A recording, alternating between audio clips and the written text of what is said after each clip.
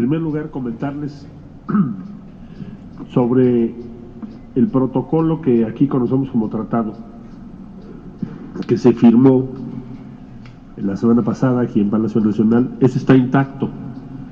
Ese fue enviado 100% en los mismos términos que aquí se firmó.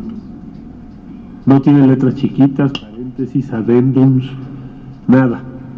El texto que se firmó, igualito, se ha llevado por parte de las autoridades norteamericanas ante su Congreso. Bueno, pero entonces, ¿cuál es el debate? El debate está en lo siguiente. El sistema norteamericano, jurídico norteamericano, y por decisiones políticas propias que les corresponden a ellos, todas las normas que tienen que ver con la implementación de ese tratado, las meten en una sola iniciativa con muchos capítulos. Las normas internas, que no son producto de una negociación entre los tres países. A diferencia nuestra, nosotros mandamos, como ustedes saben, a consideración del Senado, el protocolo modificatorio, es decir, lo que conocemos como tratado. No se han trabajado en el mismo momento todas las disposiciones legales que podríamos o deberíamos de cambiar. Son dos sistemas diferentes. Trato de ejemplificar esto que estoy diciendo. Como resultado principalísimo del tratado que se firmó, México va a contar ahora con un sistema de solución de controversias con Estados Unidos, que no ha funcionado en los últimos 26 años, que se llaman paneles.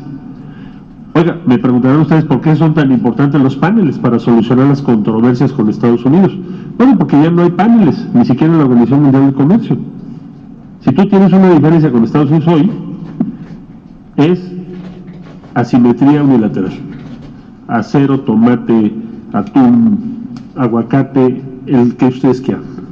Es cuando Estados Unidos considera que para sus intereses hay que tomar una medida contra algo, o imponer un arancel contra cualquier producto, o en general, y lo hemos vivido muy recientemente, no hay medio de defensa más que la negociación directa, siempre asimétrica. ¿Por qué? Porque su economía es más grande que la nuestra. Ahora vamos a pasar a un sistema nuevo en donde todas las controversias se van a ir a paneles. Por lo tanto, México tiene que organizarse, sus instituciones, su organización, sus disposiciones, para hacer valer esos paneles. El Senado de la República nos señaló, bueno, ¿cómo se le va a dar seguimiento? Ya ellos están preparando simplemente una pregunta central. El hecho de que México pueda ahora presentar controversias sobre discriminación en Estados Unidos, en los centros de trabajo, es el cambio más importante en la relación México-Estados Unidos del último medio siglo. Nunca lo hemos podido hacer. Asesoramos, participan los consulados, pero no podíamos hacer paneles sobre discriminación en Estados Unidos promovidos por México. El primero será el año que entra, entrando en vigor todo lo que estoy diciendo. Bueno, nos dice el Senado de la República en la reunión con la Junta de Coordinación Política, nosotros vamos a preparar la propuesta para el Ejecutivo de cómo se va a organizar eso. Es lo que podríamos llamar la Ley de Implementación en México. Esa norma no se va a consultar a Estados Unidos, se le va por cortesía diplomática y porque finalmente, si tiene que ver con actividades en su territorio, llámese consulados, llámese agregados, pues nosotros vamos a tener en un momento, después de que el Senado lo apruebe, que dialogar con Estados Unidos y decirle, mira, México ya decidió que en lo que hace a discriminación vamos a trabajar de esta manera. Se llama cortesía diplomática.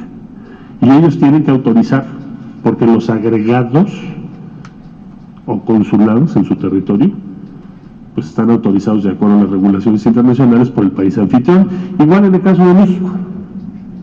Bueno, entonces ellos tomaron la decisión de mandar el tratado tal cual se firmó y de poner una serie de cosas que tienen que ver con su organización interna, si van a ser comisiones intersecretariales, si, cómo va a funcionar en Estados Unidos.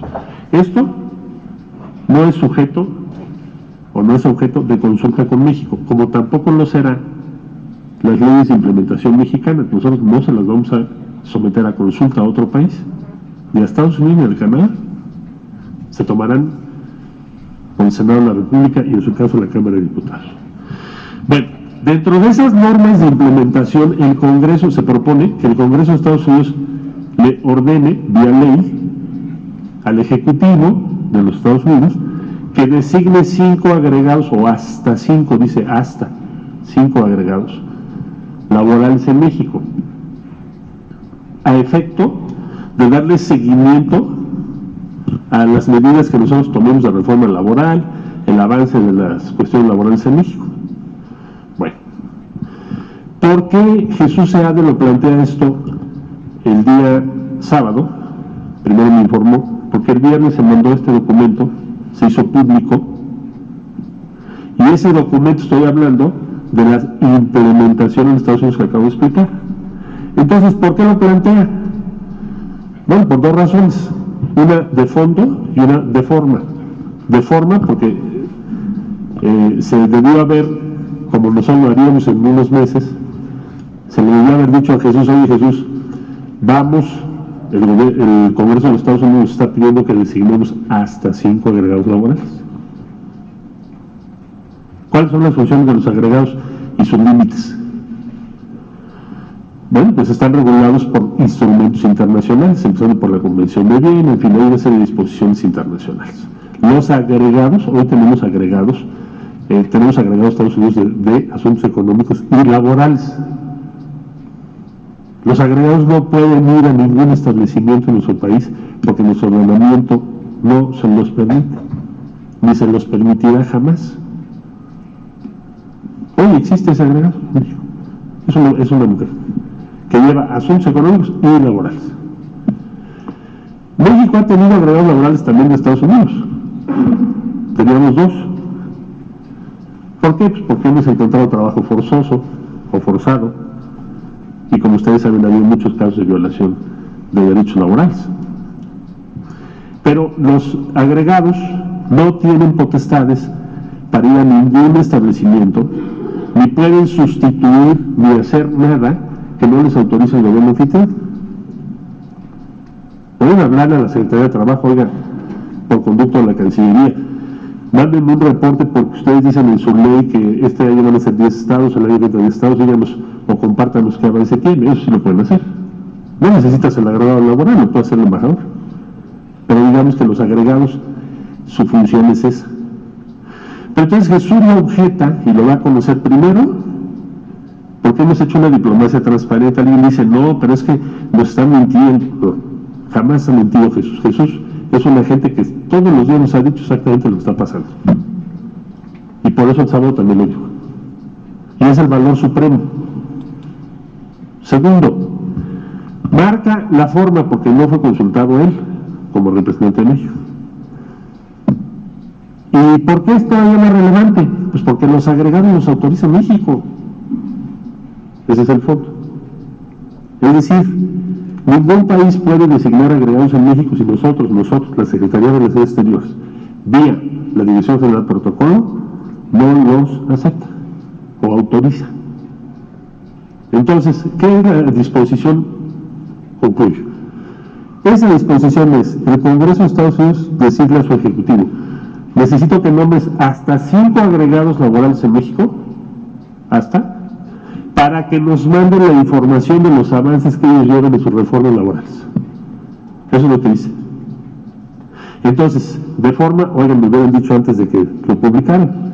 De fondo, México no va a autorizar agregados más que, como los demás agregados, tengo agregado naval, militar, deben ser agregados, y nunca con funciones más allá de las que pudiera tener un agregado, pero finalmente lo autoriza México. Ningún país puede determinarlo si México no lo autoriza. Bueno, entonces, ¿para qué lo dijimos si no es, si todavía te lo podríamos autorizar? ¿Para qué se planteó? No, pues se plantea porque todo no se aprueba. Si no se hubiese hecho así, ustedes me dirían con justa razón, pasada la votación, ¿por qué México no dijo nada?